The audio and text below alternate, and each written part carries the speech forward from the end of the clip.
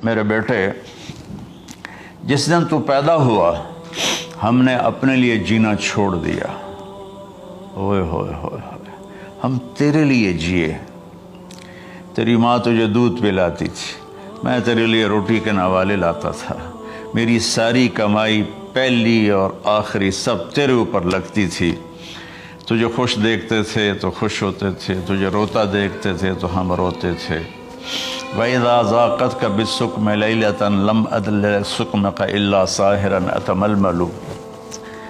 جب تو کبھی بیمار ہو جاتا تھا تو تیرے سرانے بیٹھ کر ہم ساری رات روتے تھے اور دعائیں کرتے تھے، یا اللہ ہمارے بچے کو بچا لے، ہمارے بچے کو صحت دے دے۔ اس تڑپ میں ساری رات میں جاگتا تھا۔ تیرے لیے میں نے اپنا سب کچھ لگا دیا، اپنے لیے جینا چھوڑ دیا، اپنی خواہشات کو دبایا، تیری ہر خواہش کو پورا کیا۔ تجھے مسکرانے کے لیے، تجھے ہنسانے کے لیے میں دھکے دھوڑے کھاتا رہا۔ کبھی گرمی لو کی جھلسا دینے والی ریت اور کبھی سردی کے سرد ہوا کے تھپیڑے، لیکن میں ان دونوں سے گزرتا ہوا تجھے پالنے کی خاطر اپنے آپ کو کھپاتا رہا۔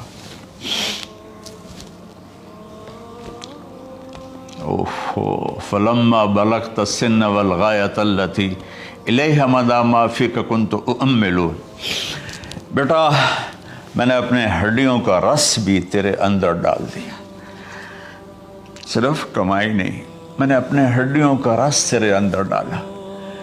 میں نے جو کچھ تھا تیرے اوپر قربان کیا۔ تجھے مسکراتا دیکھ کر میں اپنے غم بھولتا تھا، تجھے ہنستا دیکھ کر مجھے دکھ بھول جاتے تھے، اور پھر آہستہ آہستہ آہستہ میری ہڈیوں کا گودا، میری کمائی تیرے اندر گئی، اور تو ایک خوبصورت درخت کی طرح بڑھتا چلا گیا، بڑھتا چلا گیا، بڑھتا چلا گیا، بڑھتا چلا گیا، اور میری بڑھاپے نے کمر جھکا دی اور میں جھکتا چلا گیا، جھکتا چلا گیا۔ میرا خیال تھا کہ جیسے میں اس کی انگلی پکڑ کے چلتا تھا، اب میری باری ہے، یہ میری انگلی پکڑ کے چلے گا۔ جیسے میں اسے سینے سے لگاتا تھا، پیار کرتا تھا، جھولے جھلاتا تھا، باغ میں لے جاتا تھا، یہ ساری اس کی تعبیرات کے اندر داخل ہیں، الفاظ میں نہیں ہیں۔ تو مجھے خیال آتا تھا جب میں بوڑھا ہو جاؤں گا نا تو میرا بیٹا بھی مجھے ایسے ہی لے کے پھرے گا، میرا بیٹا بھی میری سنے گا۔ یہ 100 دفعہ پوچھتا تھا یہ کیا ہے، اور میں ہر دفعہ جواب دیتا تھا یہ ہے۔ تو اب میں بوڑھاپے میں اس سے بات کروں گا، یہ میری بات سنے گا۔ میں اس کو نوالے کھلاتا تھا، یہ مجھے روٹی کھلائے گا۔ میں اس کا انگلی پکڑ کے چلتا تھا، یہ میرا ہاتھ پکڑ کے چلے گا۔ میری کمر بڑھاپے نے جھکا دی اور میں ایک خشک پیڑ کی طرح ہو گیا، اور جوانی نے تیری کمر کو سیدھا کیا اور تو ایک تر و تازہ درخت بن گیا۔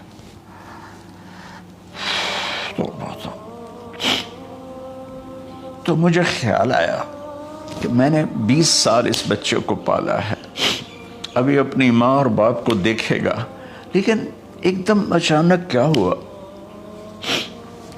فلما بلغت السن والغایۃ التی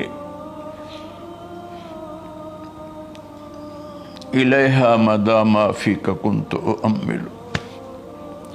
جب تو اس عمر کو پہنچا جس میں ہماری امیدیں تیرے ساتھ لگ گئیں، ہمیں بڑھاپے نے بے آسرا کر دیا، اور تیری جوانی نے تجھے ہمت دے دی، تب ہمارا خیال آیا کہ اب یہ ہمارے ساتھ وہی کرے گا جو ہم نے اس کے ساتھ کیا۔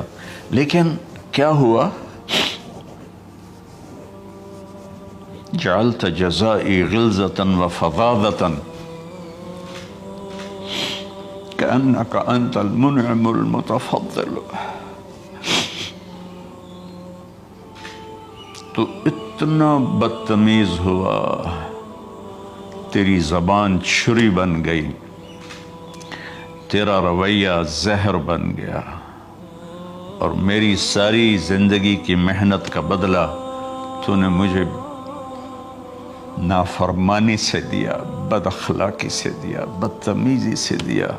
میں حیرت بھری نظروں سے تجھے دیکھتا رہا اور میں اپنی پچھلی 20 سالہ زندگی کو جھٹلاتا رہا کہ میرا خیال میں اس کا نوکر ہوں اور یہ میرا مالک، میں اس کا باپ نہیں، میں اس کا نوکر ہوں۔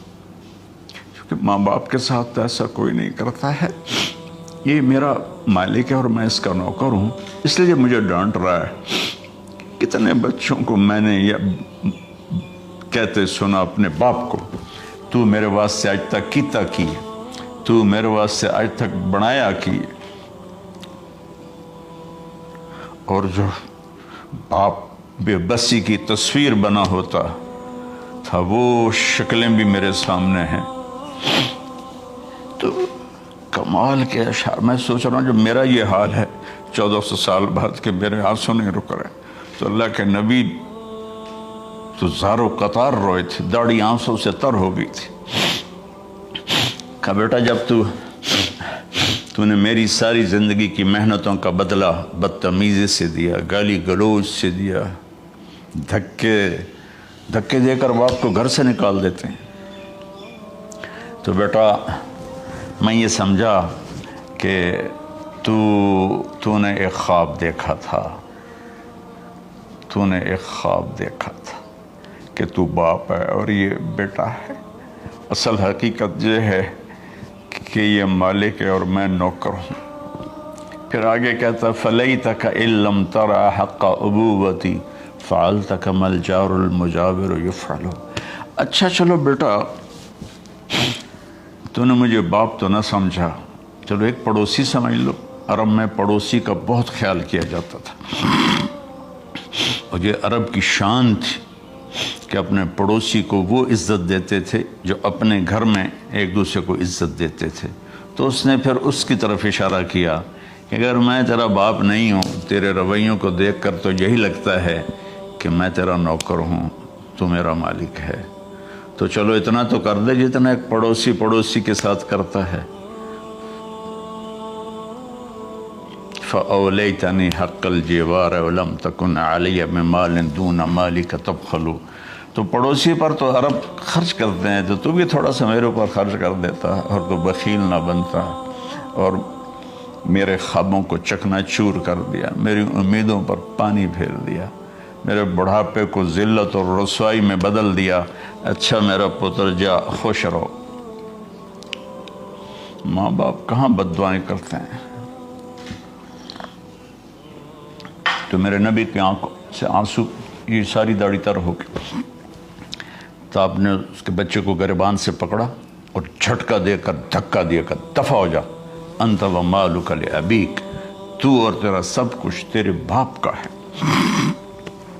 حضرت علی رضی اللہ تعالیٰ عنہ سے کسی نے پوچھا کہ آپ کے بیٹے حسن کیسے بیٹے ہیں؟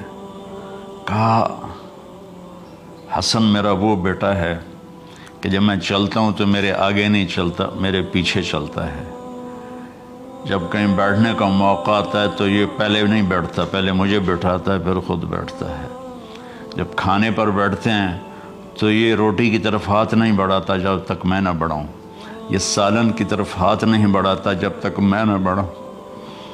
میں کمرے میں ہوں تو یہ چھت پہ نہیں چڑھتا کہ میرے باپ کی بے ادبی ہو جائے گی۔ میں حالانکہ چھت پہ چڑھنا ضرورت کے لیے ہوتا ہے، لیکن قربان جائیں اہل بیت کے ایسے ہی اخلاق ہوتے ہیں، آل رسول ایسے ہی ہوتے ہیں۔ میرے عزیزوں نوجوانوں سے کہہ رہا ہوں جن کے والدین زندہ ہیں، ہم تو محروم ہو گئے، وہ قبروں میں چلے گئے، لیکن میں اتنا مصروف رہتا ہوں۔ اب یہ کرونا کی وجہ سے گھر میں بیٹھے ہوئے ہیں، یعنی میری زندگی ایسے پہیے کی طرح گھومی ہے، اور پھر دل کی تکلیف، پھر اس کے ساتھ سر کا درد شدید۔ اس کے باوجود میں روزانہ 10 نفل اپنے باپ کے لیے پڑھتا ہوں، 10 نفل اپنی ماں کے لیے پڑھتا ہوں، اور 4 نفل اپنی خالہ کے لیے پڑھتا ہوں، کہ ساری زندگی سجدوں میں سر رکھ کے اس کا ثواب ماں باپ کو پہنچاؤں، تو ماں باپ کا حق ادا نہیں ہو سکتا۔